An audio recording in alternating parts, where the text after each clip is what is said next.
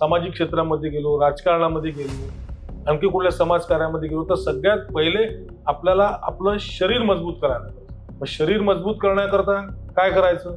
वाचनासाठी वेळ काढावा लागतो आजच्या पिढीला. ही गोष्ट तुम्हाला कशी वाटते? म्हणजे पटण्यासारखी आहे, पटण्यासारखी नाही आहे, किंवा काय सुचवायचे? नाही, बिलकुल पटण्यासारखी गोष्ट नाहीये. ज्या गोष्टीचं तुम्हाला पॅशन असतं त्या गोष्टी करता तुम्हाला वेळ मिळतोच, तुम्ही कितीही बिझी शेड्यूल मध्ये राहा. हा सगळ्यात मोठा प्रॉब्लेम तुमच्या स्क्रीन टाइमचा. मग तुम्ही टीव्ही किती बघता, तुम्ही टीव्हीवरच्या न्यूज किती बघता, तुम्ही मोबाईल किती हाताळता, तुम्ही फेसबुकवर किती वेळ असता, इंस्टाग्रामवर किती वेळ असता, तुम्ही युट्यूब किती बघता, आणि मग तुम्ही पुस्तके किती वाचता. तर पुस्तकांचा स्वतःचं चरित्र घडण्याकरता कसा कसा उपयोग होतो आणि कुठे कुठे होतो? हो, पर्सनॅलिटी डेव्हलप होते तुमची. असं तुम्ही जेवढा तुमचा वाचनाचा स्पेक्ट्रम वाढवा तेवढी तुमची पर्सनॅलिटी डेव्हलप होते. तसं नाही, तुम्हाला जर तुमचा शत्रू जर तेवढा जर क्रूर असेल तर तुम्हाला त्याच्यापेक्षा जास्त क्रूर व्हायला पाहिजे, तेव्हाच तुम्ही त्याला मारू शकता. अदरवाईज तुम्ही त्याला मारू नाही शकत. आपल्याकडे सगळ्यात पहिले कमी आहे संवादाची.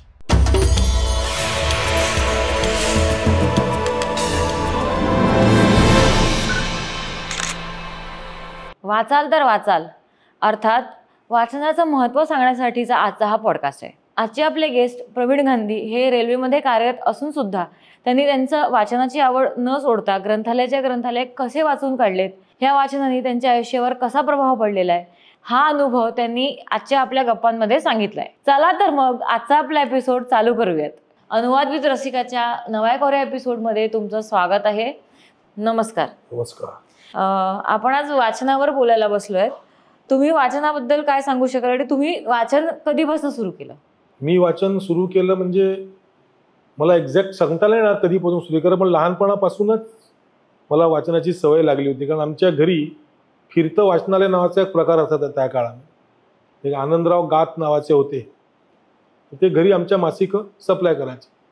तेव्हा माझी आई ते मासिकं वाचायची आणि ते वाचता वाचताच हळूहळू त्याच्यामधले पहिली क्युरिओसिटी काय असते कुठल्याही माणसाला, मुलाला, चित्र बघायची. मग ते चित्र बघता बघता हळूहळू त्याच्यामधल्या छोट्या छोट्या गोष्टी मग ते वाचायला लागलो. मग त्याच्यामध्ये ते बाकीचे मोठे मोठे मासिक येता येता मग अमृत सारखं मासिक, मुलांचे मासिक, विश्व, विचित्र विश्व, असे वगैरे मासिकं तेव्हा त्या फ्लोमध्ये यायला लागले. तर ते वाचता वाचता हळूहळू चित्र बघता बघता नंतर ती गोडी जी लागली तर तेव्हापासूनच ती लागली. म्हणजे ते मला असं एक्झॅक्ट वय सांगते की मला 5 वर्षापासून वाचत होतो का 6 वर्षापासून असं नाही. आणि मग ती गोडी इतकी जबरदस्त लागली की त्याच्यानंतर तो अभ्यासा व्यतिरिक्त त्याचंच वाचन वाढलं. त्यामुळे कितीतरी वेळा लहानपणी मी मार सुद्धा खाल्लेला आहे की सारखे सारखे तेच पुस्तकं वाचतो म्हणून. ती गोडी अशी लहानपणापासूनच लागते. कारण वातावरण घरामधलं असंच होतं. कारण आई सतत पुस्तक वाचत राहायची, वडील तरुण भारत वाचायचे. तरुण भारताचे म्हणजे तरुण भारतापासून सुरुवात करायची तर शेवटी नरकेसरी प्रकाशन प्रसिद्ध झाले तिथपर्यंत वाचतात. त्यांच्या डोळ्यासमोर तर पेपरच राहायचं. बरं, त्या काळामध्ये आजच्यासारखे मनोरंजनाचे साधनं नव्हते. एक रेडिओ होता फक्त, त्यामुळे सगळं डिपेंडन्सी वाचनावरच. आणि घरातलं वातावरण, आजूबाजूचं वातावरण तसंच होतं. धार्मिक पुस्तकही घरात वाचल्या जायचे, तेच कानावर पडायचं. त्याच हिशोबाने मग ती वाचनाची हळूहळू करता करता गोडी लागत गेली. कोणती पुस्तकं तुम्ही वाचले इतक्या वर्षामध्ये की जे तुम्हाला लक्षात राहिलेत? बरेच पुस्तकं वाचले म्हणजे ती पुस्तकं वाचली असं आपण सांगू शकत नाही. पण मुळात सगळ्यात इम्पॅक्ट पहिले ज्या लहान असतो त्या ते चंपक, मग ते कॉमिक बुक्स वगैरे अशा तऱ्हेची, चांदोबा, किशोर, इथून वाचनाची जनरली माणसाची सुरुवात होती.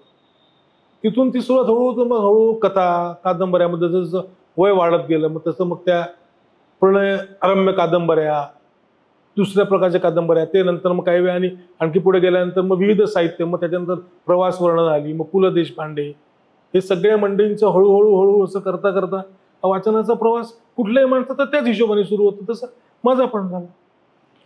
तर कुठला प्रकार तुम्हाला आवडतो जास्ती? म्हणजे कथा, कादंबरी, आत्मचरित्र, ह्या याच्यामध्ये काय असतं ना की निरनिराळ्या वयात निरनिराळे प्रकार आवडतात.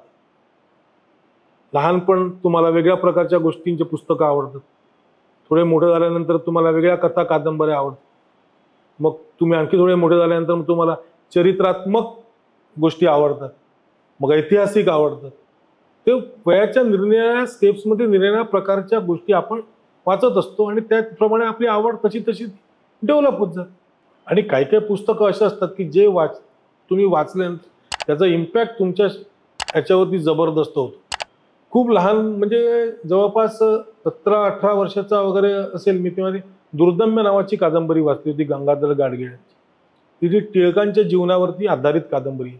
एवढी जाड सर पुस्तक आहे ते, भरपूर मोठं. ते वाचल्यानंतर म्हणजे एवढा पुस्तक ते प्रभावी आहे की असे पुस्तकं तुम्ही शाळेच्या शिक्षणामध्ये सुद्धा त्याचा अंतर्भाव करायला पाहिजे. कारण ते प्रेरणादायी पुस्तक की ते पुस्तक वाचून झाल्यानंतर मी तेव्हा असं जनरल बिलकुल रोडचा लोकडाचा असा एक मुलगा होता. त्याच्यानंतर ते पुस्तक वाचून प्रेरणा मिळाली की नाही बा, आपल्याला जर पुढे काही करायचं आहे, म्हणजे काय करायचं आहे, तेव्हा सगळं अंधारच समोर होता. पण समजा आपण सामाजिक क्षेत्रामध्ये गेलो, राजकारणामध्ये गेलो, आणखी कुठल्या समाजकार्यामध्ये गेलो, तर सगळ्यात पहिले आपल्याला आपलं शरीर मजबूत करायला पाहिजे. मग शरीर मजबूत करण्याकरता काय करायचं? मग व्यायामशाळा लावा, विवेकानंद जिम्नॅशियम लावा, ते जाऊन तिथे शरीर कमवा. 2 वर्ष जसे टिळकांनी दिले, तर आपण टिळकांसारखं तर नाही होऊ शकत, पण कमीत कमी त्या रस्त्यावर आपण चालू तर शकतो की नाही. असे काही काही पुस्तकं असतात ते माणसाच्या मनावरती एकदम भयंकर इम्पॅक्ट करून टाकतात. त्यापैकी एक पुस्तक होतं दुर्दम्य. मग त्याच्यानंतर सावरकर वाचले. सावरकरांच्या मध्ये माझी जन्मठेप सारखं पुस्तक, 7 सोनेरी स्वप्न ते पुस्तक, स्वतंत्र 1857 स्वातंत्र्य समर ते पुस्तक. तो काळच असा होता की ते भारावून जायला व्हायचं बिलकुल माणसं. आणि हे सगळं फक्त पुस्तक आणि वाचनाच्यामुळेच शक्य होतं. अदरवाईज दुसऱ्या कुठल्या गोष्टीमुळे त्या काळात तर काही असल्या सोयी नव्हत्या, काही यूट्यूब इन्फ्लुएन्सर नव्हते, काही नव्हतं. आम्ही फक्त पुस्तकच वाचायचो. तर लहानपणापासून अशाच सवयी लागत गेल्या. मला आठवते सगळ्यात पहिले लायब्ररी कारण नागोबा गल्लीमध्ये जेव्हा मी राहत होतो तेव्हा तिथे जवाहर वाचनालय, कारण तेव्हा सगळ्यांचीच आर्थिक परिस्थिती काही फार चांगली नसायची. त्यामुळे ते सार्वजनिक वाचनालय होतं, तिथे पुस्तकं राहायची. तिथे निरनिराळे म्हणजे लायब्ररी लावायची असेल तर पेड लायब्ररी होती किंवा दुसरं साधं वाचनालय होतं फ्रीमध्ये, ते होतं. तिथे पण चांगले चांगले पुस्तकं सगळे तेव्हा काळाचे मोठे मोठे पेपर्स, मॅगझिन्स, मासिकं तिथे उपलब्ध राहायचे. ते आम्ही सगळे वाचत होतो मस्त जाऊन. तिथे स्पेशल वेळ द्यावा लागायचा त्याच्याकरता. आणि तो असा काळ होता आयुष्यातला की ज्याच्यामध्ये वेळेची कमी नव्हती, जी आता प्रत्येक जनरेशनला प्रत्येकाला वाचते. तेव्हा वेळ होता. मग तो फावला वेळ एक तर खेळायचं किंवा मग वाचायचं. तर त्या वाचनामध्ये मग ती गोडी इतकी वाढत गेली की आज आता माझा वय 58 वर्षाचा आहे, तरी पण रोज काही ना काहीतरी वाचल्याशिवाय मी झोपतच नाही. हे रामदास स्वामी म्हटलंय ना की दिसा माझी काहीतरी लिहावे, प्रसंगी अखंडित वाचित जावे. वाचतो त्याप्रमाणे, कारण तेवढंच आहे. कारण त्याच्यामध्ये बाकी आपल्याला दुसरं काही करण्यासारखं नाही. तर वाचायचं पुस्तकं मस्त. मग त्यामध्ये कुठलं मग हेच वाचायचं का तेच वाचायचं का, नो चॉईस. जे पुस्तक समोर असेल ते वाचायचं. वाचनासाठी वेळ काढावा लागतो आजच्या पिढीला. म्हणजे ही गोष्ट तुम्हाला कशी वाटते? म्हणजे पटण्यासारखी आहे, पटण्यासारखी नाही आहे, किंवा काय सुचवायचे? नाही, बिलकुल पटण्यासारखी गोष्ट नाही आहे. जर तुम्हाला जेवणाकरता वेळ काढावा लागतो का? येतोच ना वेळ. बरोबर. हे सगळे म्हणजे माझे कितीतरी मित्र आहेत, नातेवाईक आहेत, त्यांना चर्चा करतो जेव्हा आम्ही की अरे वो पहिले बहुत पडता था, अभी टाइम नहीं मिळत. हे 99% लोकांची हीच भाषा असते की टाइम नाही मिळत. ज्या गोष्टीचं तुम्हाला पॅशन असतं त्या गोष्टीकरता तुम्हाला वेळ मिळतोच. तुम्ही कितीही बिझी शेड्यूलमध्ये राहा. मध्यंतरी काजोल आहे, तिचं एक वाटतं लल्लन टॉपमध्ये की कुठेतरी एक तिचा इंटरव्ह्यू आहे. ती बाई म्हणजे मुलगी, आता आमच्या काळात ती मुलगी हिरोईन, आता ती बाई, तर ती अजून या वयात सुद्धा पुस्तकं वाचल्याशिवाय तिचं होतच नाही. ती सोशल मीडियावरती ऍक्टिव्ह नाही आहे, पण ती पुस्तकं वाचते. मग एवढे बिझी असणारे सेलिब्रिटीज जर पुस्तक वाचण्याकरता वेळ काढू शकतात, मग आपण तर त्या मानाने काहीच नाही ना. त्यामुळे वेळ नाही मिळत वगैरे हे सगळ्या चुकीच्या गोष्टी आहेत. वेळ मिळतोच, फक्त तुम्हाला कळायला पाहिजे टाइम मॅनेजमेंट जरुरी आहे. तुमच्यापाशी 24 तास आहे. 24 तासापैकी जर तुम्ही 2 तास आंघोळच करत राहिले तर तुम्हाला कसं मिळणार? तुम्ही 10 मिनिटात केली तर तुमच्यापाशी तेवढे मिनिटं उरतात ना. तुम्ही स्क्रीन टाइम किती देता? हा सगळ्यात मोठा प्रॉब्लेम तुमच्या स्क्रीन टाइमचा आहे. मग तुम्ही टीव्ही किती बघता, तुम्ही टीव्हीवरच्या न्यूज किती बघता, तुम्ही मोबाईल किती हाताळता, तुम्ही फेसबुकवर किती वेळ असता, तुम्ही इंस्टाग्रामवर किती वेळ असता, तुम्ही युट्यूब किती बघता, आणि मग तुम्ही पुस्तकं किती वाचता. आता नवीन जनरेशनमध्ये मी जेव्हा बघतो तर काही काही जे नवीन लग्न झालेले जोडपे वगैरे आहेत त्यांच्या घरी न्यूजपेपर सुद्धा येत नाही. म्हणजे न्यूजपेपर जर येत नाही मग म्हणजे काही ना काही करायचंच नसतं ना. वाचनापासून बेसिकली काय मिळतं, ती काय नशा आहे हे जर तुम्हाला कळलंच नाही त्यामुळे या सगळ्या सबबी आहेत या सगळ्या, की मला वेळच नाही मिळत, वेळ कसा काढू वगैरे, असं काहीच नसतं. मोदी सुद्धा वाचतात, मोदीजी सुद्धा या वयामध्ये पुस्तकं वाचतात, सगळं करतात. मग जेवढे मोठे माणूस जर करू शकतो तर आपण कुठे लागतो त्यांच्या कंपॅरिझन मध्ये. बरोबर आहे. तर सोशल मीडिया आल्यामुळे पुस्तक मागास झाली आहे का, किंवा मागे पडली आहेत का? हो, पुस्तकं मागे पडली आहेत, पण जे वाचणारे आहेत ते वाचणारे आहेतच. ते सोशल मीडियावरती करून सुद्धा वाचतात, आणि सोशल मीडियावरही आता वाचायला लागलेत लोक. तर सोशल मीडियावर जे मोठे मोठे फेसबुकवरती जे लोक पोस्ट करतात मोठ्या मोठ्या, ते लोक वाचायला लागले. कोणीतरी वाचतं म्हणून तर कोणतरी टाकतं ना, नाहीतर सगळ्या नुसते मुलाखतीच झाल्या त्या कार्यक्रमामध्ये. कोणीतरी वाचतं म्हणून कोणीतरी लिहितं म्हणून तरी टाकतं. मग त्याला सबस्क्राईब करा, हे करा, ते करा, हे सगळं येतं, मोठे मोठे लेख येतात त्याच्यामध्ये. कितीतरी इन्फ्लुएन्सर आहेत, कितीतरी लिहिणारे लोक आहेत. म्हणजे वाचक आहेच, फक्त ते पुस्तक न वाचता तिकडे वाचतात, कारण ती इझिली ऍक्सेसेबल आहे. पुस्तकांकरता तुम्हाला जावं लागेल, लायब्ररीमध्ये जावं लागेल, बुक स्टॉलवर जावं लागेल, तिथे तुम्हाला चेक करावं लागेल, आहे की नाही ते बघावं लागेल. इथे तुम्हाला इझिली अवेलेबल आहे म्हणून लोक करतात तसं. पण मी नाही करत. माझा इंटरेस्ट बेसिकली पुस्तक वाचण्याकडे. मी पुस्तक वाचणे आणि डिजिटल मीडियावर वाचणे यात काही फरक जाणवतो का तुम्हाला? मला त्रासदायक होतं ते डिजिटल मीडियावरती ते असं असं करत वाचणं, ते आणि डोळ्यालाही त्रास होतो. पुस्तक हातात घेऊन माझा कम्फर्ट झोन पुस्तकच आहे, ते पुस्तकच घेऊन मी वाचतो. तर मग मला तरी कमीत कमी पुस्तकांची जास्त लगाव. काही काही तर म्हणजे मला आठवतं पानिपत नावाची कादंबरी आहे विश्वास पाटलांची, मी ती एका बैठकीमध्ये पूर्ण केलेली आहे वाचून. म्हणजे पहिल्या पानापासून सुरुवात केलं, शेवटपर्यंत वाचूनच ते पुस्तक संपवलं. मध्ये फक्त नॅचरल कॉल्स करता कुठे गेलो असेल तर गेलो असेल, अदरवाईज मी ती एका बैठकी संपवलेली आहे. किती वेळ लागला तुम्हाला? काही पुस्तकं 7-8 तास लागले असतील. 7-8 तास एका सिटिंग? एका रात्रीमध्ये. म्हणजे मी एकदा मला आठवतं, दादर एक्सप्रेसने मी प्रवास करत होतो भुसावळावरून. मी रात्री बसलो होतो आणि त्याच्यामध्ये माझ्या हातामध्ये ती एक आत्मचरित्र होतं, शांतारामा कादंबरी होती, व्ही शांतारामची. येपर्यंत ती बरीचशी वाचून झाली होती रात्रभरामध्ये. आपले एक नासी फडके आहे, त्यांची कादंबरी आहे, आत्मचरित्र आहे, माझं जीवन एक कादंबरी. ती पण अशीच रात्रभराच्या पूर्ण प्रवासामध्ये वरच्या बर्थवरती बसून वाचलेली मला आठवतं. त्यावेळी वय काय होतं तुमचं? वय असेल 20-22 त्या आसपासच असतील. पुस्तकांचा म्हणजे आपलं चरित्र, स्वतःचं चरित्र घडण्याकरता कसा कसा उपयोग होतो आणि कुठे कुठे होतो? हो, पर्सनॅलिटी डेव्हलप होते तुमची. पुस्तकं वाचून तुम्हाला कळतं समाजाकडे आपण कुठल्या नजरेने कसं बघू शकतो. आपल्या स्वतःच्या जाणीवा हे होतात. इतिहासाची एखादी गोष्ट, आपण एखादा सिनेमा बघतो तेव्हा आपण कादंबरी वाचतो. कादंबरी वाचल्यानंतर काही असं असतं की कादंबरीमध्ये आपल्या डोळ्यासमोर वेगळंच काहीतरी पिक्चर असतं, सिनेमामध्ये वेगळंच काहीतरी बनवतं. आपलं व्हिज्युअल आपण जे करतो ते आपल्या हिशोबाने असतं, आणि ते तुमच्या पर्सनॅलिटी डेव्हलपमेंटमध्ये उपयोग करतो. तुमचा बोलण्याचा कॉन्फिडन्स वाढतो, तुमच्यामध्ये बहुश्रुतता येते कुठल्याही विषयावरती. म्हणजे जनरली काय होतं की जे आता नवीन शिकलेली सुशिक्षित पिढी आहे, त्यांना त्यांच्या विषयावरती सगळं माहिती असतं. इलेक्ट्रॉनिक्स इंजिनियर आहे, कोणी मेकॅनिकल इंजिनियर आहे, ते त्या विषयावरती बोलतील. बाकी त्यांना इकडे साहित्य, हे निबंध, कथा, कादंबऱ्या, कविता यांच्याबद्दल काहीच कल्पना नसते. तर तुमची पर्सनॅलिटी, तुम्हाला चार चौघांमध्ये कॉन्फिडन्स डेव्हलप करायचा असेल तो कधी डेव्हलप होईल? जेव्हा तुम्ही वाचाल, निरनिराळ्या क्षेत्रातलं ज्ञान तुम्ही मिळवाल. ते ज्ञान मिळणार म्हणजे असा अभ्यास करून मिळवण्यापेक्षा अशा पद्धतीने जर तुम्हाला ते मिळालं तर त्याचा तुम्हालाही आनंद घेता येतो, आणि तुमची पर्सनॅलिटी डेव्हलप झाल्यानंतर तुम्हाला चार चौघांमध्ये तसं बोलता येत.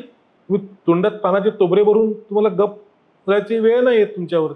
कोणी कुठल्याही विषयावर, कोणी राजकारणावर बोलत असेल तुम्हाला त्याच्यावर तुमच्या टिप्पणी देता येतात. कोणी इतिहासावर बोलत असेल तुम्हाला त्याच्यावर बोलतात. कोणी साहित्यावर बोलत असेल तुम्ही त्याच्यावर तुमचे मतं व्यक्त करता. लोक तुम्हाला विचारतात की काय बा तुमचं मत काय, तर तुम्हाला काही मतच नसेल किंवा तुम्हाला काही माहीतच नसेल, मग तुम्हाला कोण कशाला विचारणार. असं तुम्ही जेवढा तुमचा वाचनाचा स्पेक्ट्रम वाढवाल तेवढी तुमची पर्सनॅलिटी डेव्हलप होते, तेवढे तुम्हाला लोक ओळखतात, तेवढे तुम्ही लोकांना हवेसे वाटते की नाही बा हा माणूस पाहिजे आपल्या कंपनीमध्ये.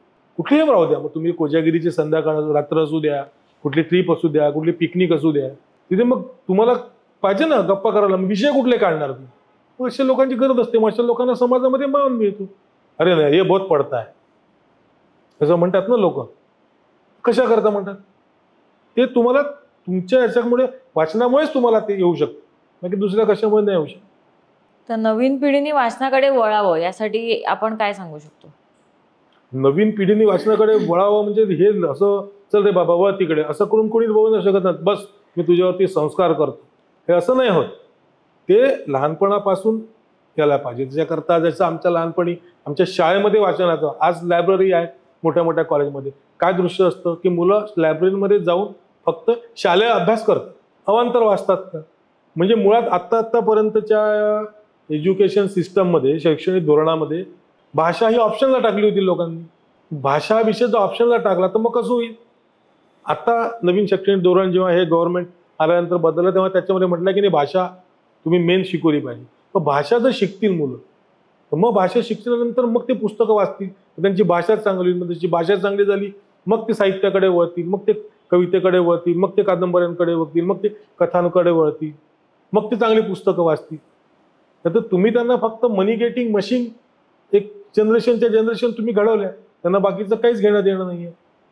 एक माझ्या ओळखीतला मुलगा आहे, त्याला साधं म्हटलं की बा व्होटिंग आहे तुझं, तर तू आहे का तुझ्याकडे कार्ड वगैरे, तुझं नाव एनरोल झालाय का? तर तुम्हाला मला काय करायचं आहे, व्होटिंग बिटिंग करून दे, कोणी येऊ दे राज्य, मला काही नाही, मला राहायचं अमेरिकेत जायचं. मग इतकी अलिप्तता जर नवीन पिढीमधल्या लोकांची आपल्याच देशातल्या समाजाबद्दल असेल, हा चिंतेचा विषय आहे. आणि हे लोकांना कधी डेव्हलप होईल? जेव्हा तुम्हाला आस्था वाटेल देशाबद्दल, तुमच्या संस्कृतीबद्दल, तुमच्या ज्ञानाबद्दल, तुमच्या धर्माबद्दल, तुमच्या समाजाबद्दल. जेव्हा लोकांना वाटेल, ते कसं वाटेल? ते जेव्हा तुम्ही वाचाल तेव्हा वाचाल ना, वाचाल तर वाचाल असं म्हटलेलंच आहे किती दिवस सगळ्या लोकांपासून. वाचन संस्कृतीचा ऱ्हास हा बेसिकली तुमची संस्कृतीच्या ऱ्हासाकडे नेणार आहे. प्रत्येकालाच वाचनाची क्युरिओसिटी असते. लहान मुलं सुद्धा बघा कार्टून नेटवर्क, का बरं कार्टून नेटवर्क बघतात? त्याच्यामध्ये पण कुठेतरी स्टोरी दडली असते. पण तुम्ही ते त्या डिजिटल याच्यामधून करण्यापेक्षा त्याला छोटा भीम का लोकप्रिय आहे? कारण मुलांना मोठा भीम बद्दल माहितच नाहीये. बरोबर आहे. ही समाजाची शोकांतिक आहे ना. जर त्यांना मोठ्या भीम बद्दल सांगितलं, मोठ्या कृष्णाबद्दल सांगितलं, बाळकृष्णाबद्दल सांगितलं, रामाच्या कथाबद्दल सांगितलं, शिवाजी महाराज सांगितले. आमच्या लहानपणी मी तुला सांगतो, युनिव्हर्सिटी शाळेमध्ये बाबासाहेब पुरंदरेंचे व्याख्यानं व्हायचे. 50 पैसे रडून बोंबलून आम्ही ते पैसे घेऊन त्या व्याख्यानाला जायचो. तेव्हा बाबासाहेब पुरंदरे बोलायचे, संपूर्ण शिवचरित्र डोळ्यासमोर उभं करायचे. ते शिवचरित्र जेव्हा पूर्ण ऐकलं, मग ऐकल्यानंतर मग तुमच्या मनात जेव्हा ते पुस्तक रूपाने येतं, मग त्याचं अट्रॅक्शन सगळ्यात जास्त वाटतं की नाही हे पडण्याचे. मग ते तुम्ही झपाटल्यासारखे वाचतो. महाभारत सारखा ग्रंथ आपण वाचतो. आपल्या याच्यामध्ये सिरियल तर खूप नंतर बनलेले आहे, आम्ही ते कितीतरी लहानपणी वाचले. रामायण, महाभारत, इथून छोट्या छोट्या गोष्टी, पांडव प्रताप, आमच्या आजीचे 2 पुस्तकं होते आमच्या घरी, पांडव प्रताप आणि हरिविजय.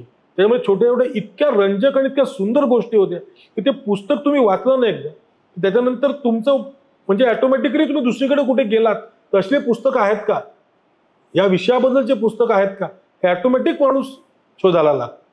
नवीन पिढीला तुम्हाला करायचं असेल तर टिल फ्रॉम चाइल्डहुड. घरामध्ये जे सगळे लोक आता मोबाईल घेऊन बसतात, घरातल्या आईवडिलांनी थोडा वेळ हातामध्ये पुस्तक घेऊन बसतात. कारण लहान मुलं तुमचं अनुकरण करणार 100% करणार, त्याला पर्यायच नाही. जे वडील करतात तेच मुलगा करतो. मग जुन्या काळात बघायचे लहान मुलं असे फैपर घेऊन बसलेले फोटो वगैरे बघितले आहे आपण, चष्मा वगैरे लावून आजोबांचा, कारण का ते तेच बघायचे.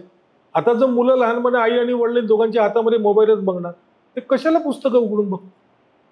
घरामध्ये पुस्तकं असावी, घरामध्ये लायब्ररी असावं, घरामध्ये न्यूजपेपर्स यावे, शाळेमध्ये भाषेबद्दल शिकवल्या जावं, शाळेमध्ये लायब्ररी असावी, शाळेमध्ये मुलांना थोडा वेळ लायब्ररीमध्ये जाऊन नुसते चक्कर मारून द्या, नुसते हाताळा पुस्तक जे त्यांच्या अभ्यासाच्या व्यतिरिक्त असतं ते हाताळू द्या मुलांना. 100 मुलं गेले, 10 मुलं तर चांगले वाचक होती, 10 मुलं चांगले वाचक झाले, त्याच्यात 2 चांगले लेखक होते. लेखक निर्माण होतात कुठून? आपल्यामधूनच शेवटी होतात तर सगळे लोक. बरोबर आहे. पुस्तकाने तुमची कल्पनाशक्ती वाढते का? प्रश्नच नाही काही. आज जसं आता मध्ये आपण एक साधारण पानिपत पुस्तक घेऊ, ते तुम्ही वाचताना लागले. मृत्युंजय जसं आपण घेतलं, कर्णाच्या जीवनावरती आहे, ते महाभारत काळातलं त्या काळातलं वर्णन सगळं आहे. तर ते आपण जेव्हा वाचतो तेव्हा आपण नुसतं ते वाचत नाही, तो कालखंड, ती लोक, ती माणसं आपल्या डोळ्यासमोर उभं राहतात. हे त्या लेखकाचं सामर्थ्य असतं. ते इतकं सामर्थ्यशाली पुस्तक असतं तेव्हाच ते पुस्तक लोकप्रिय होतं, अदरवाईज मग ते रटाळ लेखन होतं. ते तुम्ही त्या हिशोबाने आपली व्हिज्युअलिटी तुम्ही जेवढी इम्प्रूव्ह करता त्यांनी तुमची स्वतःचीच प्रतिभा वाढते नावाची एक गोष्ट असते जी तुम्ही शिकू शकता, तुमच्यामध्ये ऑटोमॅटिकली ती डेव्हलप होते. एक साधा छोटासा प्रसंग आहे अफजल खान वधाचा, शिवाजी महाराजांनी जो केला. आता तिथे ऍक्च्युअल काय घडलं ते जे काही 15-20 लोक होते, एक सुद्धा अफजल खान, दुसरं शिवाजी महाराज, त्यांचं वकील कुलकर्णी, इकडे शिवाजी महाराजांचे वकील ते संभाजीरावजी कावजी, नंतर ते सय्यद बंडा आणि ते अल्पाचे लोक होते. यांच्या व्यतिरिक्त कोणालाच माहिती नाही की तिथे ऍक्च्युअलमध्ये काय झालं. फक्त एवढं माहिती आहे की त्यांची मिठी मारली वगैरे आणि मग तो अफजल खान दगा दगा वगैरे ओरडला आणि मग त्यांनी पहिले मारलं, मग शिवाजी महाराजांनी वाघनखं मग ते कट्यांनी फाडले, सगळ्यांनाच माहिती. आता थोडा माझ्यासारखा माणूस होता, मी काही इतिहास तज्ज्ञ वगैरे नाही, एक साधा वाचक आहे. एक विचार मनामध्ये आला की दगा पहिले कोण म्हणेल, ज्याच्यावरती दगा होईल तो दगा पहिले म्हणेल ना. शिवाजी महाराजांनी डिसाईडच केलं होतं की याला खतमच करायचं आहे. शिवाजी महाराज अहिंसक वगैरे ते यश गाल पर मारी तीस गाल पर मार वगैरे वाले त्यांची तत्वज्ञान नव्हतं. ते त्यांना माहिती होतं की ज्या माणसाने माझ्या सख्या भावाचा खून केलेला आहे, माझ्या वडिलांची हत्तीवरनं धिंद काढलेली आहे, जो विडा उचलून आलेला आहे की मी शिवाजीला जिवंत किंवा मारूनच वापस येईल विजापूरला, तो आल्यानंतर शिवाजी महाराजांनी सगळे त्यांना नाटकच केले की बा मी खूप घाबरलो आहे, मला तुम्ही एवढे माझ्या वडिलांसारखे काकासारखे आहे, या तुम्ही मला भेटा. तुमचं सगळं सैन्य त्यांनी त्या जावळीमध्ये उतरवलं. आता हे पूर्ण पिक्चर तुमच्या डोळ्यासमोर उभं राहिलं ना की जावळीचं जंगल दिसून राहिलं आहे, तर ती सगळ्या खानाची माणसं आलेली आहेत, सगळ्यांकडे हा मेसेज पोहोचवला की बाबा शिवाजी तर घाबरला, आता हा भेटणार, त्याला सगळे खतम करणार. आणि शिवाजी महाराजांचे म्हणजे फक्त शिवाजी महाराजांच्या सैन्यातले मुलं सुद्धा घाबरले होते, मावळे सुद्धा घाबरले होते. कारण एवढा मोठा बलाढ्य अफजल खान येतो आणि महाराज त्याला भेटीला जातात म्हणजे येतात की नाही वापस. शिवाजी महाराजांनी सांगून ठेवलं होतं की मी आलो की नाही आलो हा विषयच नाही आहे, पण हे जे सैन्य त्यांचं आहे ते संपलं पाहिजे. ते खाली सैन्य सगळ्या झाडांवरती वगैरे सगळे मावळे बसले होते. मग ते आले, त्यांनी मिठी मारली. माझं असं आकलन आहे की ते अफजल खानाने वार कधी केला नाही, मिठी मारल्यानंतर पहिला वार शिवाजी महाराजांनीच केलेला आहे. कारण तो वार केल्यामुळे तो दगा ओरडला. मग तो दगा ओरडल्यानंतर मग मागे झाले, मग तो सय्यद बंडा आला, मग त्याचा हात कापला वगैरे, हे सगळं ते बाकीचं चित्र पुढे निर्माण झालं. तर आपले इतिहासकार आपल्याला सांगतात की बा नाही त्यांनी पहिले मारला मग शिवाजी महाराजांनी मारलं, म्हणजे आपल्याला आपण नेहमी डिफेन्सिव्ह मोडमध्ये का राहतो, म्हणजे तुमचं लॉजिकल रिझनिंग पण वाढतं. बरोबर, का म्हणून असं राहायचं. याला सावरकर म्हणतात सद्गुण विकृती, की आपण नेहमी डिफेन्सिव्ह मोडवर जातो की नाही त्यांनी मारलं म्हणून मी मारलं, बाबा मला काही मारायचा योग नव्हता. तसं नाही. तुम्हाला जर तुमचा शत्रू जर तेवढा जर क्रूर असेल तर तुम्हाला त्याच्यापेक्षा जास्त क्रूर व्हायला पाहिजे, तेव्हाच तुम्ही त्याला मारू शकता, अदरवाईज तुम्ही त्याला मारू नाही शकत. हे सगळं येतं वाचनामधून, व्हिज्युअलायझेशन मधूनच येतं. तुम्ही वाचलत नाही तर मग तुम्ही वाचताल. एक नाना पाटेकरचा मध्यंतरी एक इंटरव्ह्यू झाला होता, मला वाटतं ABP माझावरती होता, तो अभ्यंकर आहे ना, राजीव अभ्यंकर, त्यांनी. तर तेव्हा नानाने म्हटलं की नाही मी महाभारत नाही बघितलं म्हणे. महाभारत नाही बघितलं, एवढीच मोठी सिरियल BR चोप्राची एवढी वर्ल्ड वाईड सगळं. तर म्हणे नाही, माझ्या मनातला कृष्ण वेगळा आहे, मी जे वाचलेलं आहे महाभारत माझ्या डोक्यात ते आहे, माझा भीम वेगळा आहे, माझा दुर्योधन वेगळा आहे, माझा दुःशासन वेगळा आहे, माझा भीष्म वेगळा आहे. मी त्या माझ्या वाचलेल्या याच्यावरती हे यांचा प्रभाव नाही पडू देत, तो मला प्रभाव पडू नको म्हणून मी बघतच नाही. याची सुद्धा माणसं आहेत. काही लोकांना आता दुसरं म्हणजे ते महाभारत पाहिल्यानंतर मग वाचायला प्रवृत्त झाले की आता आपण वाचून. पण कादंबरी आणि जे बनतं त्याच्यामध्ये जमीन अस्मानाचा फरक असतो. ते कितीतरी महिने, आता मला एक्झॅक्ट फिगर नाही, ते वाचनालय धुधू जळत होते तिथले पुस्तक, एवढं ज्ञान होतं आपल्या देशामध्ये. त्याला एक कुठेतरी असाध्य रोग झाला असं म्हणतात, मी असं वाचलं आहे कुठेतरी, तर मला एक्झॅक्ट आता रेफरन्स नाही माहिती. तर तो बरा नव्हता होत, त्याचे सगळे हकीम बिकीम सगळे करून झाले होते. तर त्याला कोणी सांगितलं की एक हिंदू पंडित आहे तर तो तुम्हाला बरा करू शकेल. तर त्यांनी सांगितलं की त्याला बोलवा. तो पंडित आला, त्यांनी सांगितलं की मला बरा करायचा. हो म्हणे करतो बरा, मी औषध तुम्हारे हात की दवाई नहीं लेता मैं क्योंकि तुम काफर हो. तो बोले ठीक है मत दवाई लो, कुरान दो बोले तुम्हारी मेरे. त्याने त्याला कुराण दिलं, त्यांनी कुराण तो घेऊन गेला पंडित, आणि त्याने सांगितलं की तुम्ही हे इतके इतके पानं दिवसाला रोज कुराण वाचा, तुमची तब्येत ठीक होऊन. त्या जे पानं होते त्या पानाला त्या पंडित ते जो वैद्य होता त्यांनी औषध लावले होते. त्यामुळे तो जे असं असं करत गेला कुराण वाचता वाचता, ते औषध त्याच्या पोटामध्ये गेलं आणि तो ठीक झाला. त्यांनी विचारलं की कैसे ठीक हो गया मैं, ये पढ़ के तो नहीं हो सकता. कहते कि जो किताबें थी उसके अंदर मैंने दवाइयाँ लगा दी कि जो आप जो चाटते गए उंगली पेज पलटाने के वक्त उसकी वजह से आप ठीक हो गए. तेव्हा त्या लक्षामध्ये आलं की अरे साला हे एवढं नॉलेज या देशामध्ये आहे, याला कसं राज्य करायचं. ते जाऊनच टाकला पूर्ण. आयरनी त्याच्या नावाने शहर आहे आपल्या देशामध्ये बख्तियारपूर, बापरे. अजूनही आहे. म्हणजे वैद्यांचं काही माहिती नाही. म्हणजे काय सगळं वैद्यांचं ते ज्ञान नष्ट झालं ना. तिथे किती मोठे संदर्भ ग्रंथ असतील, कितीतरी दिवस धू त्या लायब्ररीत जळत होत्या, किती नॉलेज असेल त्याच्यामध्ये, काय असेल सगळं संपलं ते त्याच्यासोबत. पुढच्या पिढीकरता राहण्याकरता ते शिल्लकच नाही आलं. तेव्हा काही लॅपटॉप आणि ते पेनड्राईव्ह येऊन ते सगळं फ्लॉपी सेव्ह करणे आता प्रकारच नव्हता. जे काय ज्ञान होतं ते ग्रंथामध्ये होतं. आपले वेद जे होते ते काय होते, मुखोद्गत पद्धतीनेच ते पिढ्यानपिढ्या ट्रान्सफर होत आले. नंतर जेव्हा कागदांचा शोध लागला, पहिले पानावरती लिहिल्या गेले, मग कागदावर लिहिल्या गेले, मग ते पुढे पुढे तसे पडत गेले. तुम्ही ग्रंथालयात जाऊन वाचता की घरी वाचता? घरी. ग्रंथालयाचा मेंबर आहे मी, म्हणजे मागच्या 40 वर्षापासून राजाराम वाचनालयाचा मेंबर आहे. त्याच्या पहिले लहानपणी मी जवाहर वाचनालय नागोबा गल्लीमध्ये होतं आमच्या पत्तरपोड आखाड्याच्या वरती, त्याचं मेंबर होतो. आणि नंतर काही वर्ष तिकडून गेल्यानंतर रामकृष्ण मिशनचं जे वाचनालय आहे धंतोलीमध्ये, त्याचं पण काही वर्ष मी सभासद राहिलेलो आहे. पण गेल्या काही वर्षापासून मी राजाराम वाचनालयाचं रेग्युलर वाचन. तर राजाराम वाचनालयाबद्दल तुम्ही काही सांगू शकाल का? अत्यंत सुंदर वाचनालय आहे. खूप छान कलेक्शन आहे राजाराममध्ये. सर्व प्रकारचे पुस्तकं अवेलेबल आहे. स्टाफही खूप कोऑपरेटिव्ह आहे.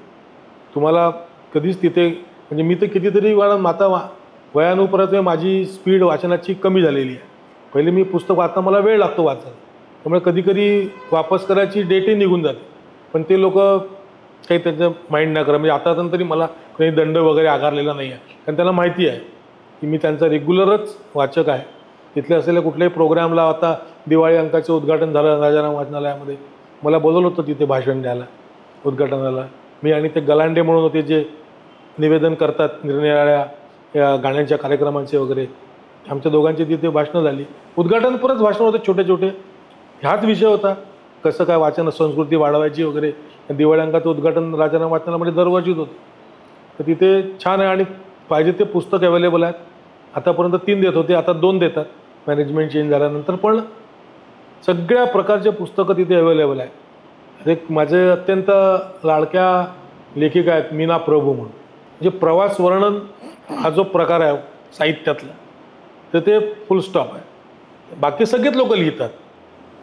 अमेरिकेला जायला तसा काही माझा विचार नव्हता, पण आता माझा मुलगा गेला म्हणून मी अमेरिकेला गेलो. इथून जे लिहिणारे पुस्तकं असतात ते पुस्तकं बाजूला ठेवायचे असतात. पण तुम्हाला बोलवलं का तुम्ही त्या ट्रम्पनी तुम्हाला अमेरिकेला, तर असं न लिहिता त्या तिकडे लिहिणारे जवळपास त्यांचे जे साहित्य आहे मीना प्रभूंचं, त्यातले 90 ते 95% साहित्य मी वाचलेलं आहे आणि अप्रतिम लिहिलेलं आहे.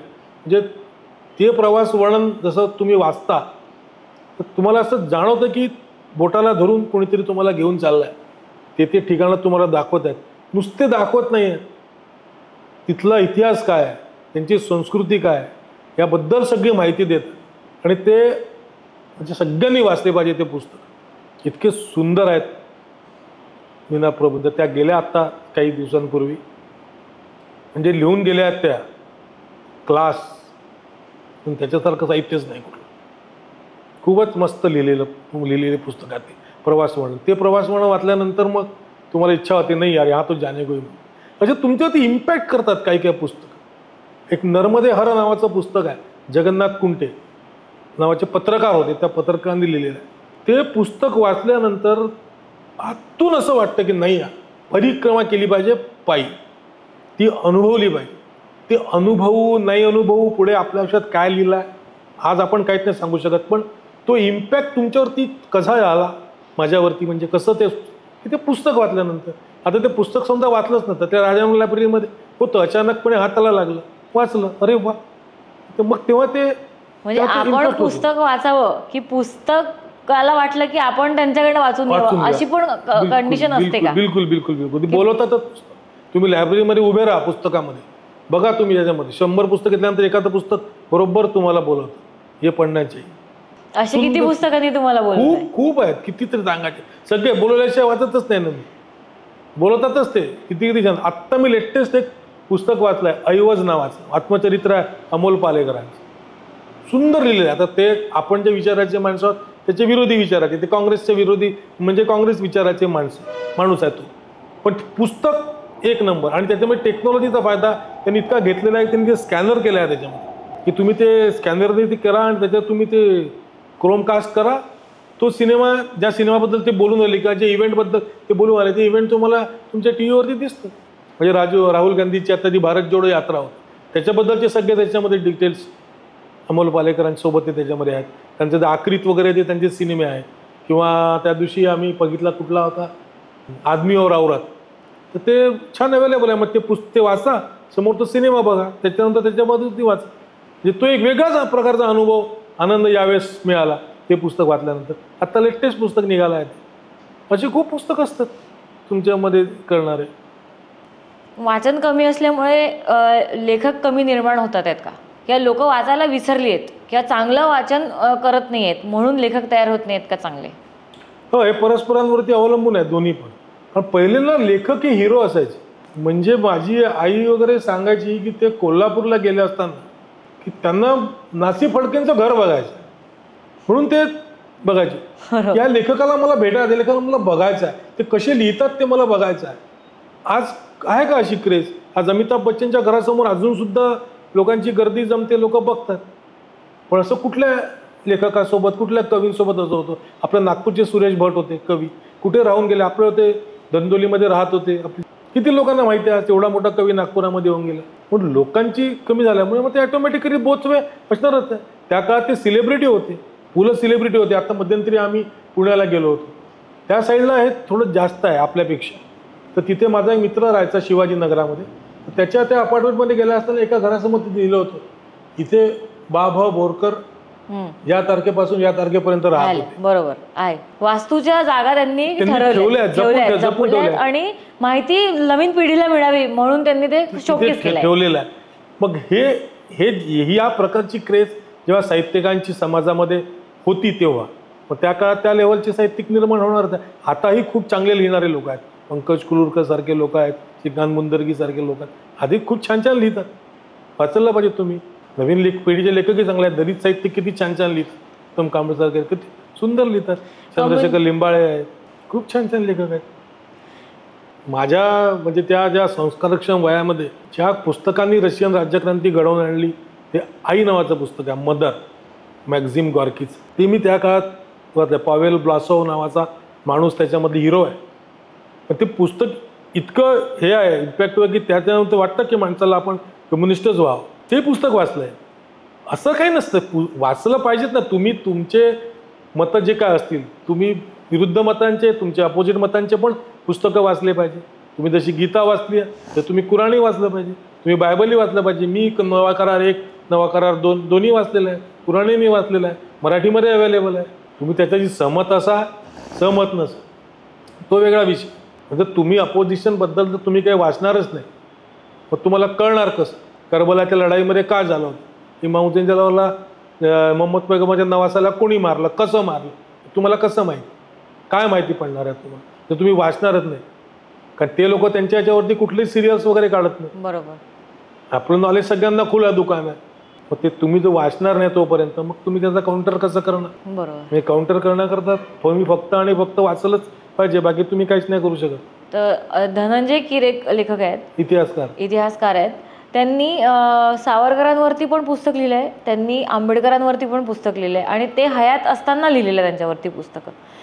तर असे लोक जे इम्पॅक्ट घडवतात, तर त्यांची पुस्तकं वाचले पाहिजेत का? बिलकुल.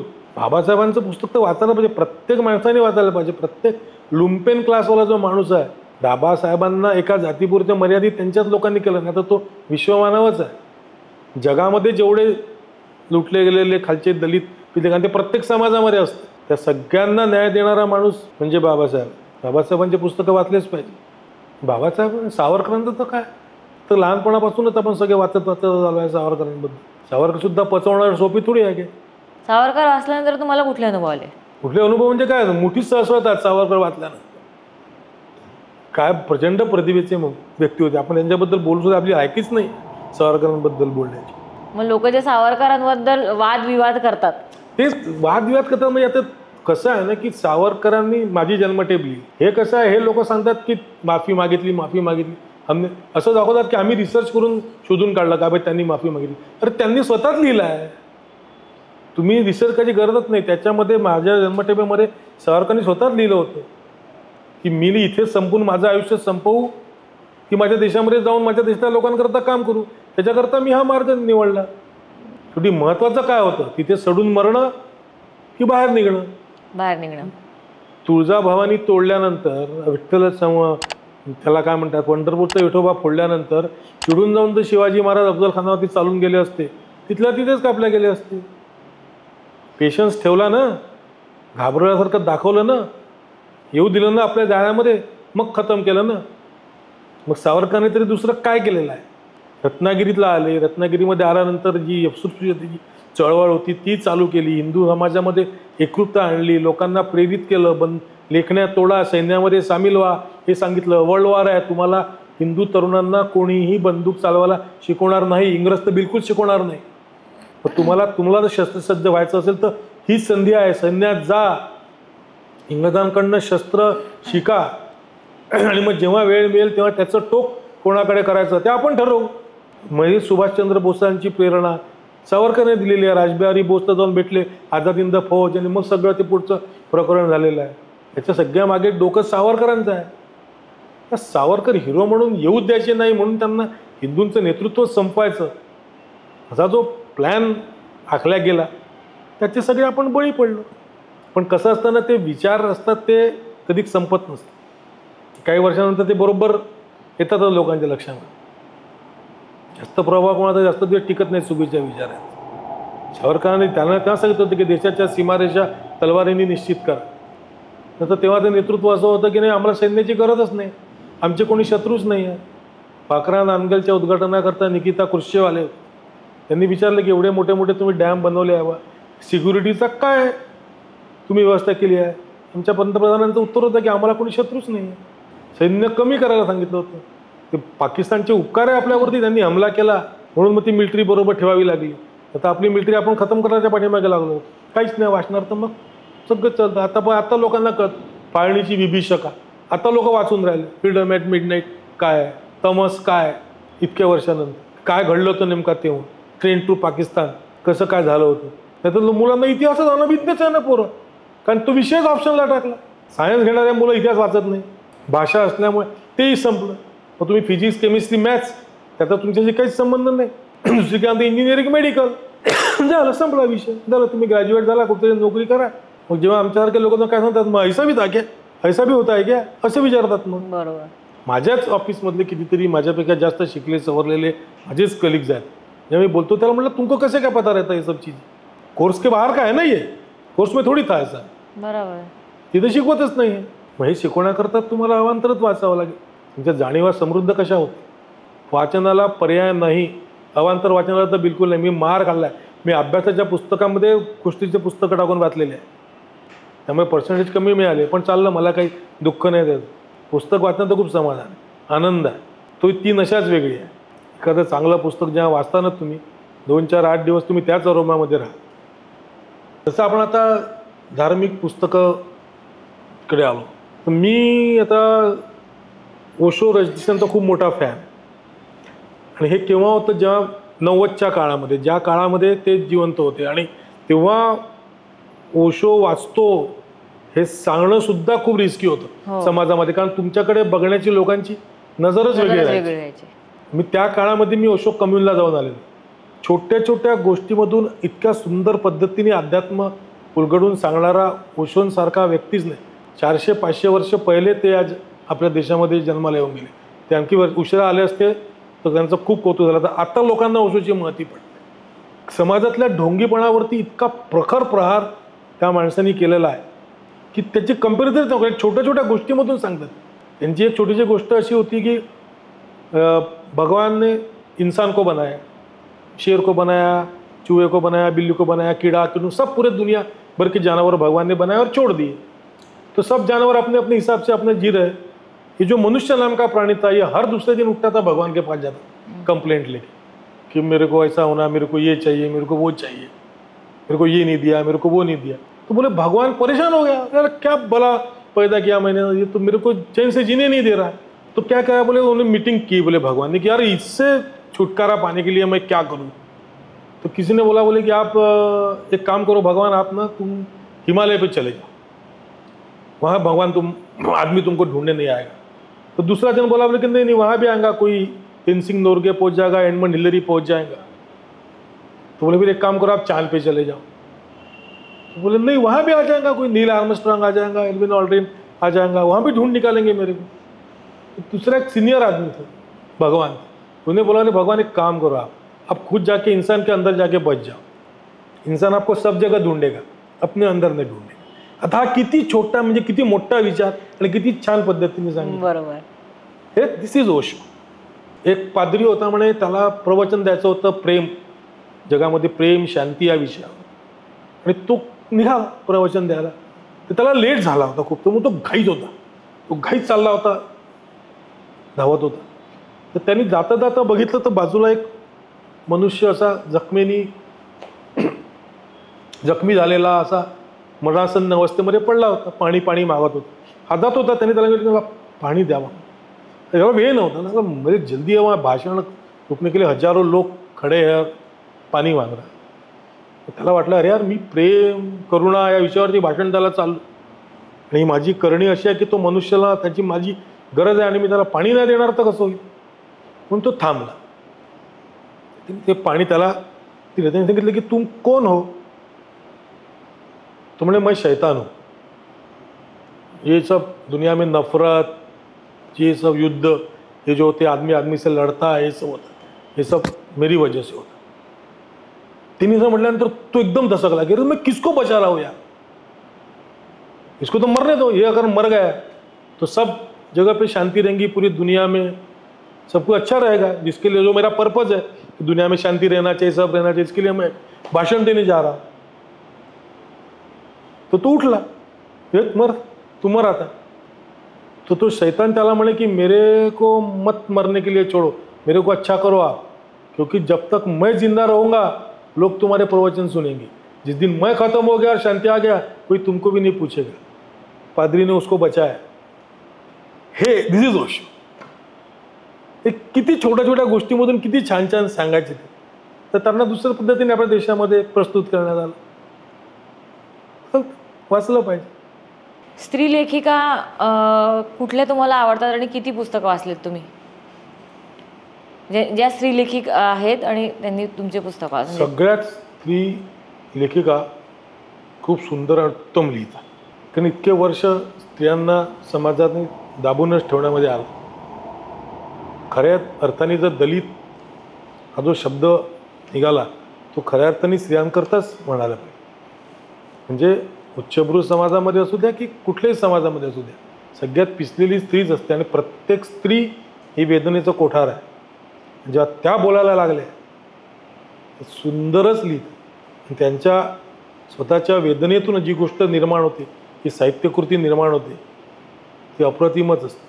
तस्लिमा नसरीन बांगलादेशची त्या लेखिका आहेत. त्यांची द्विखंडिता, हमारे मेरे बाला, लज्जा या सगळ्या कादंबऱ्या आहेत. त्यांच्या आत्मचरित्र आहे, ते परिवार आहे, आणि त्यांचे पण जे ओव्हरऑल लिखाण आहे प्रतिम आहे, खूप सुंदर. माझ्या अत्यंत आवडीच्या लेखिका आहे.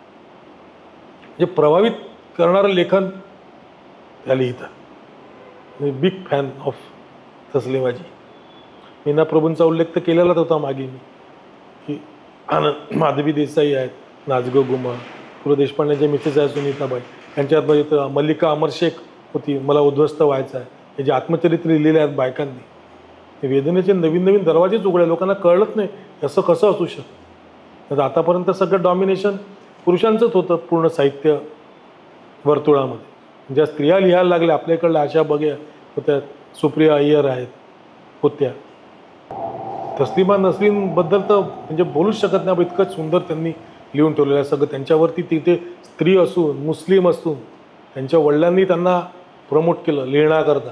त्यांचे वडील डॉक्टर, आणि आजूबाजूचा सगळा समाज त्यांच्या विरोधामध्ये, त्यांचा तो संघर्ष होता. त्यांनी निरनिराळ्या पुस्तकांमध्ये बघितलं, आणि बांगलादेशसारख्या मुस्लिम बाहुल स्टेटमध्ये राहून एवढं चांगलं लिखाण करणं म्हणजे त्यांना हाकलून दिलं शेवटी त्यांच्या देशातून, विस्थापित झाल्या, भारतामध्ये आश्रयाला आलेल्या आहे. कुठला एखादा किस्सा की हे पुस्तक वाचलंय आणि हे छान वाटलंय? सांगितलं ना पूर्ण तस्लिमा नसरीनचे सगळेच पुस्तकं वाचलं छान म्हणजे छान वाचणारं वाटतात म्हणूनच ते पुस्तकं वाचतो ना आपण. ते त्याच ओऱ्यामध्ये असतात ते वाचल्यानंतर. मला उद्ध्वस्त व्हायचं आत्मचरित्र होतं मल्लिका अमरशेखांचं, शाहीर अमरशेखांची मुलगी, नामदेव ढसाळांची पत्नी. काय पुस्तकं लिहिलेलं आहे जबरदस्त. त्यातला एखादा किस्सा? ते किस्से असं काय सांगणार आहे, किस्सा असं काय नाही म्हणजे वाचताना आपल्याला आवडलेलं काही? आपण त्याच्यामध्ये अपीलच होतं ते पुस्तक, पूर्णच्या पूर्ण पुस्तकच तुम्हाला, की किती वेदना भोगल्या आहेत बायकांनी या समाजामध्ये. म्हणजे चांगल्या समाजातल्या लोकांच्या बायका सुद्धा आणि बाकीच्या लोकांच्या बायका सुद्धा त्या जाणीवातून त्या लिहितात. क्लासच असतं सगळं. बाकी समाजामध्ये आपले बाकीचे लेखक तर असतात. जे नवीन वाचक आहेत म्हणजे यांना आता नुकतं वाचायला इकडून ऐकलंय की हे वाचलं पाहिजे ते वाचलं पाहिजे, अशा नवीन वाचकांना काय आपण सजेस्ट करू शकतो की हे 10 पुस्तकं पहिले वाचलेच पाहिजेत? प्रत्येकाची आवड वेगळी आहे. मी जे 10 पुस्तकं सांगेन, मी पुलंचे 5 पुस्तकं सांगितली, बापूंची पुस्तकं, ते त्या मुलांना आवडेल की नाही आवडेल हे आपल्याला काय सांगता येतं. मी जे वाचलेलं आहे ते वाचलेलं पुस्तक तुम्हाला आवडेल की नाही आवडणार हे बद्दल मी नाही सांगू शकत. एक one life is not enough नावाचं पुस्तक. वाचनाची गोडी आपल्याला गोडी जर लहानपणापासून लावायची असेल तर पहिले लहान मुलांना आई वडिलांनी, आजी आजोबांनी त्यांना गोष्टी सांगितल्या पाहिजे, त्यांच्याशी संवाद साधला पाहिजे. आपल्याकडे सगळ्यात पहिले कमी आहे संवादाची.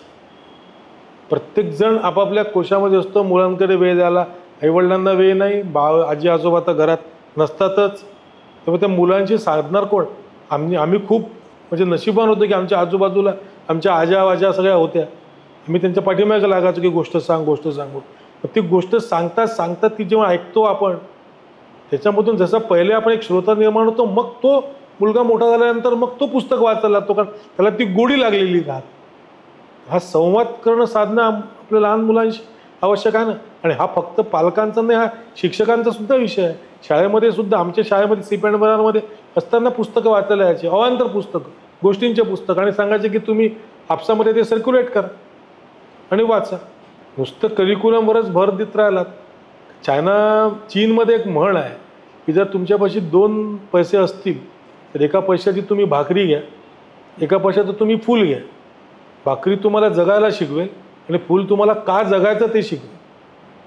वाचन त्या भागामध्ये येतं की का जगायचं.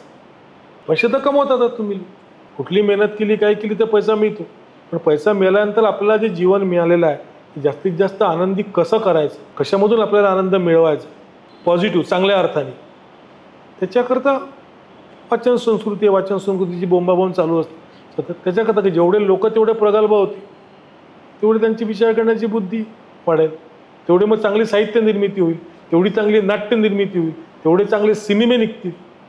शेवटी हे सगळे साहित्याचेच प्रकार आहेत ना. जेवढे तुम्ही आपल्याकडलं थिएटर तिकडे जाते ते आपण खूप भाग्यवान आहोत. आपण मराठी भाषिक, आपलं थिएटर खूप समृद्ध आहे. बाकीच्या भाषांमध्ये तर बोंबाबोंबच आहे सगळे. बाकीचे सगळे इतर भाषिक लोक आपल्याविषयी म्हणजे एनव्ही होतात, यांच्याकडे एवढं सगळं साहित्य अवेलेबल आहे, वाचतात काही लोक आपल्यामध्ये. पण हे कमी झालेले याला पुन्हा बुस्टअप केलं पाहिजे आणि झाली पाहिजे संस्कृती. तरी जर आपल्याला सजेस्ट करायचे असेल की सुरुवातीच्या काळात की हे हलके फुलके पुस्तक आहेत, हे तर वाचलेच पाहिजे, इथून तुम्हाला गोडी निर्माण होईल, तर असे कुठले 4-5 पुस्तकं तुम्ही सांगू शकता? पुलंचे पुस्तकं आहेत, वपूंचे पुस्तकं आहेत, हलके फुलकेच पुस्तकं आहेत, वाचा. त्याच्यामधून तुम्हाला हळूहळू गोडी निर्माण होते. जयवंत दळवी आहेत, थोडं तुम्ही प्रगल्भ झाल्यानंतर वाटणारे पुस्तकं आहेत. विजय तेंडुलकर आहेत, त्यांनी लिहिलेलं एकदम झणझणतं जातं कानामध्ये, नाकामध्ये, झिंझणे आणणारे पुस्तकं असतात मेंदूला. ते वाचत गेले हळूहळू स्टेप बाय स्टेप तुमची आवड हळूहळू डेव्हलप होत जाते. मग तुम्ही निरनिराळ्या गोष्टींकडे येतात. विशेषतः त्या तरुणपणामध्ये ह्याच्यामध्ये आमच्या काकोडकर नावाचे लेखक आमचे आवडते लेखक होते आणि ते फार शृंगारिक लिहायचे. तर त्या वयाची ती करत होती, तर ते वाचलं. बाबा कदमसारखे लोक ते वाचलं. सुभाष लोक मी तर काय नाही वाचलं. सगळे लेखक पालते घातले. असं आहे की तुम्हाला कुठल्या विषयाची गोडी तर तुम्हाला ऐतिहासिक पुस्तकं वाचायची असतील, मग तुमच्याकरता पानिपत आहे, मंत्रा वेगळा आहे, शिवचरित्र आहे पूर्ण बाबासाहेब पुरंदरेंचं, हे वाचलं तर मग तुम्हाला इतिहासाची गोडी लागेल. तुम्हाला वपूंच्या वाचायचं असतील तर तुम्हाला पार्टनर सारखी कादंबरी आहे किंवा तप्तपदी आहे. नवीन लग्न झालेल्या जोडप्यांकरता वाचनाकरता अत्यंत आवश्यक पुस्तक तप्तपदी आहे. प्रवीण दवणेंचे पुस्तक आहेत, मोगरा फुलला, छोट्या लेखांचं कलेक्शन आहे ते दवणे सरांचं, ते पुस्तक आहे. एक होता कारवर आहे पुस्तक, चांगल्यापैकी लिहायला म्हणजे वाचनाला आहेत. आत्मचरित्रामध्ये बघायला गेलं तर मोठ्या मोठ्या लोकांना आत्मचरित्र दुर्दम्य मी पहिलेच सांगितलं गंगाधर गाडगिळांचं आहे, सावरकरांचं पुस्तक आहे. आत्ता लेटेस्ट आहे असेल तर one life is not enough Natwar सिंगांचं पुस्तक आहे. सिनेक्षेत्रीमध्ये गरजा तिसरी घंटा मधुकर तोरणमलांचं पुस्तक आहे. याच्यातलं तुम्हाला तुमची आवड कुठल्या हिशोबामध्ये आहे त्याच्यामध्ये तुम्हाला धार्मिक वाचायचं असेल तर मी सांगितलं होतं ओशोंचे पुस्तकं आहेत, ते सगळे कुंडी रेफर करा. तुम्हाला आवडतं मीच रेफर केलेलं पुस्तक असलं पाहिजे असं काहीच नाही. आणि मी तर म्हणतो ना की असे मुळात असे कुठले वाचावे असं नाही, सगळेच वाचायचे.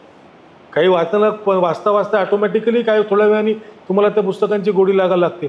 आपल्याकडे एक हबो मराठे नावाचे मराठीचे खूप मोठे लेखक आहेत, कथाकार, आणि G.A. कुलकर्णी.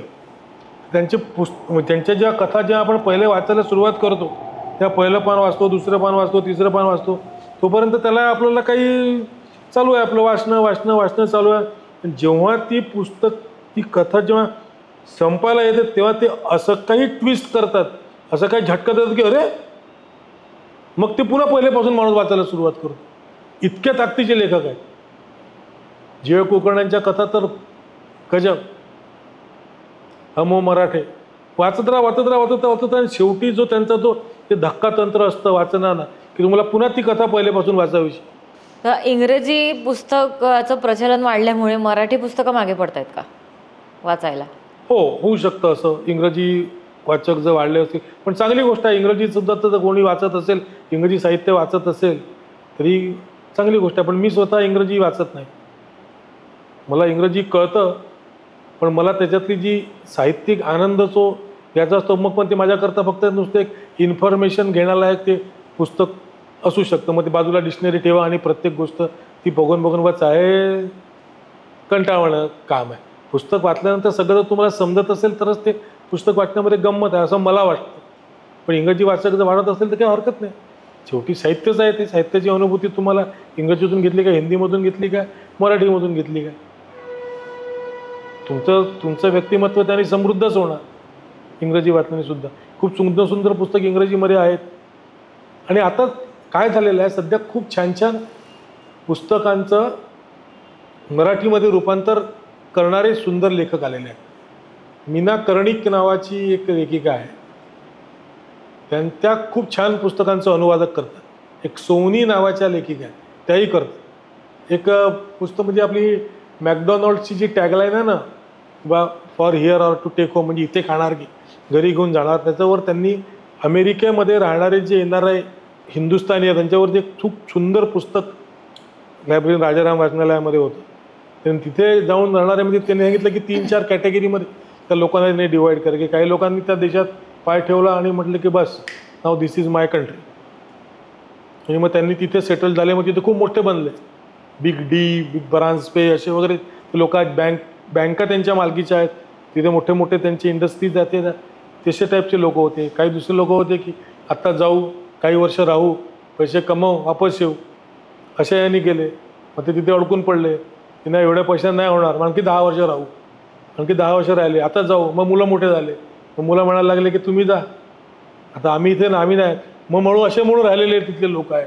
आणि काही जे इथून गेले खूप मोठं व्हायला आपण नाही होऊ शकले ते अजूनही इथे टॅक्सेस चालवतात मुंबई जसं त्या अमेरिकेच्या शहरांमध्ये. असे लोकांच्या सगळ्यांच्या मुलाखती घेऊन ते खूप छान आय ओपनर पुस्तक होतं. अच्छा, त्यांनी कार्यक्रमाच्या म्हणजे शेवटी एकच सांगेल की प्रत्येक मराठी घरामध्ये पुस्तकं विकत घेतली पाहिजे. कारण आता काही सगळ्या बहुतेक मराठी लोकांची सांपत्तिक स्थिती उत्तम झालेली आहे. 2-4 महिन्यातून तरी एक मराठी पुस्तक घ्या, आपल्या घरी त्याची लायब्ररी बनवा, मुलांच्या समोर नुसतं ठेवा, हाताळतील मुलं, हळूहळू वाचायला लागतील. आज नुसते पुस्तक हाताळणारी मुलं काही दिवसांनी तुम्हाला वाचक झालेले दिसतील आणि हेच वाचक झालेले मुलं काही दिवसांनी चांगले लेखकसुद्धा होतील.